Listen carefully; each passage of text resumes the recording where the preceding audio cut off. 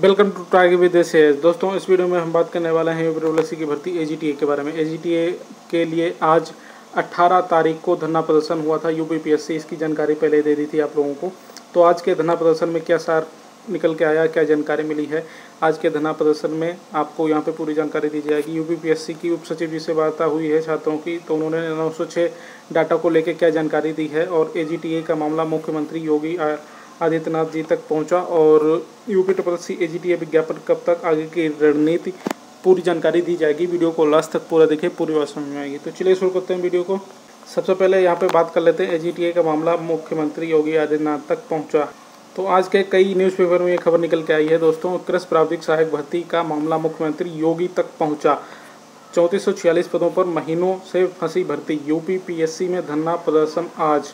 तो ये न्यूज़ आज मैंने टेलीग्राम पे डाल दी थी, वहाँ पे आप लोग जाके इसको पूरा पढ़ सकते हैं। और कई न्यूज़पेपर में ये न्यूज़ निकल के आई है, तो ये मैंने अपने टेलीग्राम पे भी डाल दिया है। और ये एक शिकायत की गई थी, शिकायत पत्र है, तो इसको लेके यहाँ पे आप देख सकते हैं। इसको लेके कल मैंने जानकारी दे दी थी आप लोगों को, तो इसी को लेके यहाँ पे ये IGRS का जो है वो लगाया गया है, शिकायत की गई है। तो यहाँ पे जो वंदना त्रिवेदी हैं उप सचिव नोडल, तो ये मामला जो है मुख्यमंत्री योगी आदित्यनाथ जी तक पहुंच चुका है। तो ये मैंने 17 अगस्त को ही डाल दिया था और इसके ऊपर कल वीडियो बना के जानकारी भी दे दी थी आप लोगों को। तो कल वाला वीडियो देख सकते हैं या फिर टेलीग्राम पे जाके ये पढ़ सकते हैं आप लोग। ये टेलीग्राम चैनल है टारगेट विद SAS, ठीक है। और इसके अलावा टेलीग्राम पे जो छोटी मोटी न्यूज़ होती है वो देता रहता हूँ, और जूनियर असिस्टेंट रोल नंबर की जानकारी और एजीटीए का और फार्म मैनेजर का बिहार से एक विज्ञापन आया है, उसकी नोटिफिकेशन डाल दिया है, तो यहाँ पे आप जाके देख सकते हैं। और आज के धरना प्रदर्शन का हिंट भी डाल दिया था, ठीक है। इसके अलावा अब बात कर लेते हैं एजीटीए के आज धरना प्रदर्शन में क्या हुआ। तो दोस्तों, आज लगभग सैकड़ों संख्या में अभ्यर्थी उपस्थित हो गए थे, वहाँ पे बड़ी संख्या में अभ्यर्थी पहुँच गए थे एजीटीए भर्ती को लेकर यूपीपीएससी लोक सेवा आयोग, ठीक है। तो वहाँ पे पहले तो उन्हें धरना प्रदर्शन करने से मना कर दिया गया था, पुलिस आ गई थी और फिर मना कर दिया गया। बाद में ये बोला गया कि 2-3 लोगों को सचिव जी से मिलवा देंगे, बात करवा देंगे। तो फिर बाद में छात्रों को अंदर नहीं जाने दिया गया और बाहर ही छात्रों ने नारेबाजी की और धरना प्रदर्शन किया। इसके अलावा कुछ छात्रों को अंदर भेजा गया और मुलाकात के लिए, तो वहाँ पे सचिव जी से वार्ता नहीं हुई, उप सचिव जी से वार्ता हुई है उन लोगों की। तो उप सचिव जी ने जो जानकारी दी है मैं आपको बताने वाला हूं, ठीक है। तो उन्होंने ये जानकारी दी है कि जो 906 लोगों का जो डाटा है, जो दूसरी बार भेजा गया था, वो डाटा गलत नहीं भेजा गया था, वो बिल्कुल सही डाटा भेजा गया था। उसके साथ CD भी प्रोवाइड की गई थी और जिस हिसाब से हम डाटा भेजते हैं, मतलब ऑफिशियल तरीके से, तो उस हिसाब से हमने बिल्कुल सही और बिना किसी कोई बिना किसी गलती के और एकदम सही डाटा भेज दिया गया था।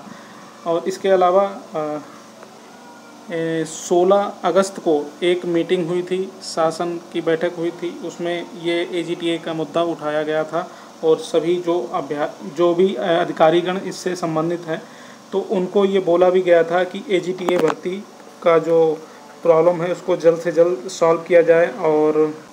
और जो भी इससे संबंधित अधिकारी हैं उनसे बोला गया कि पूरी कोशिश करें कि एजीटीए का विज्ञापन जल्द से जल्द निकाला जाए, ठीक है।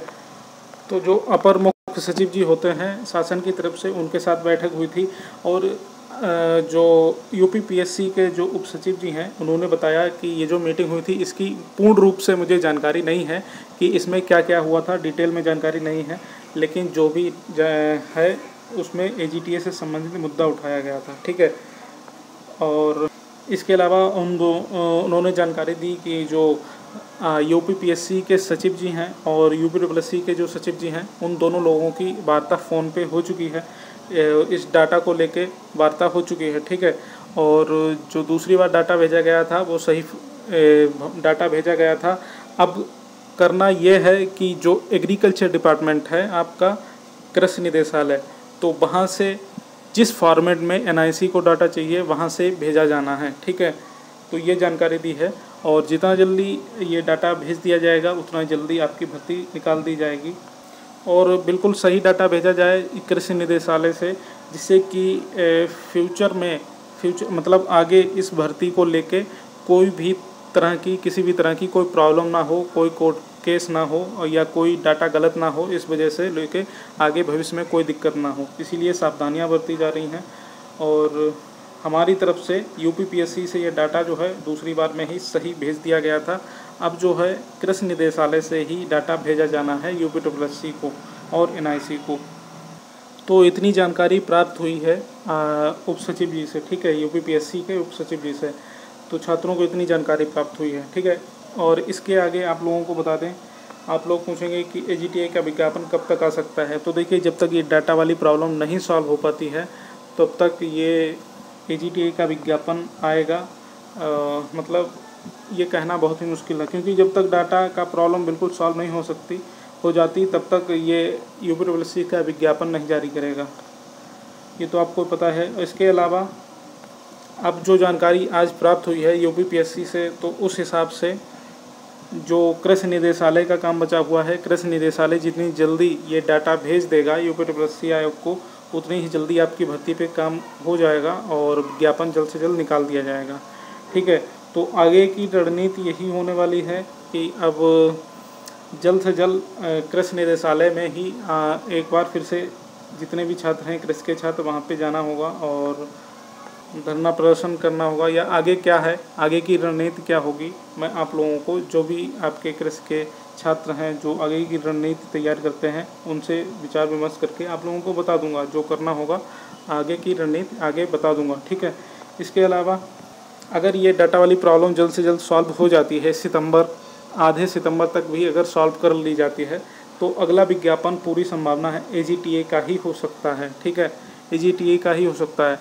और अगर ये डाटा वाली प्रॉब्लम सॉल्व नहीं हो पाती है तो फिर जेई का नया विज्ञापन देखने को मिलेगा आप लोगों को सितंबर लास्ट तक, नहीं तो फिर एजीटीए का विज्ञापन आप लोग नहीं देख पाएंगे जल्दी। और इसमें जितना ज़्यादा टाइम लगेगा डाटा को लेके, उतना ही ज़्यादा विज्ञापन आपका लेट होगा।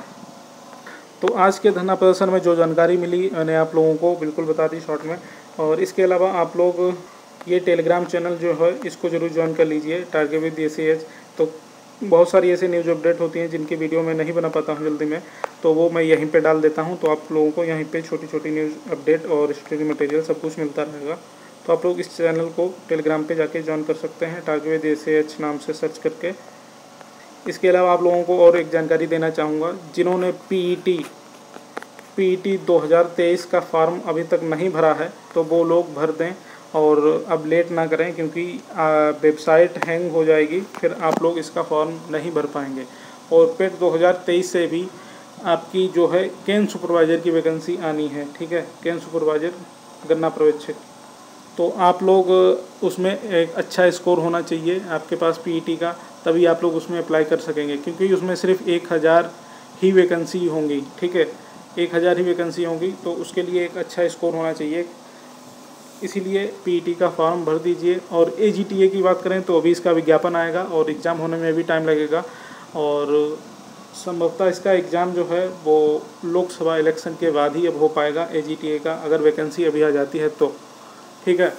और जितना लेट होगा उतना ही ज़्यादा एग्ज़ाम आगे बढ़ता रहेगा, इसीलिए पीईटी का एग्ज़ाम जो है वो टाइम से करवा लिया जाएगा। तो आप लोग अभी पीईटी की तैयारी चाहें तो कर सकते हैं, ये सिर्फ आपके लिए एक एडवाइस है, ताकि आप लोग जो हैं आने वाले जो एग्रीकल्चर के वैकेंसी हैं उसके लिए भी अपना एग्ज़ाम की तैयारी कर सकें और पेट देंगे 2023 वाला अच्छे से, तभी आप लोगों को आगे केन सुपरवाइज़र की भर्ती में बैठने को मिलेगा, चांस मिलेगा, ठीक है। तो ये हो गई पूरी जानकारी। आपका कोई क्वेश्चन है इस भर्ती से रिलेटेड तो आप लोग कमेंट बॉक्स में कमेंट करके पूछ सकते हैं। फिलहाल इस वीडियो में इतना ही, नमस्कार।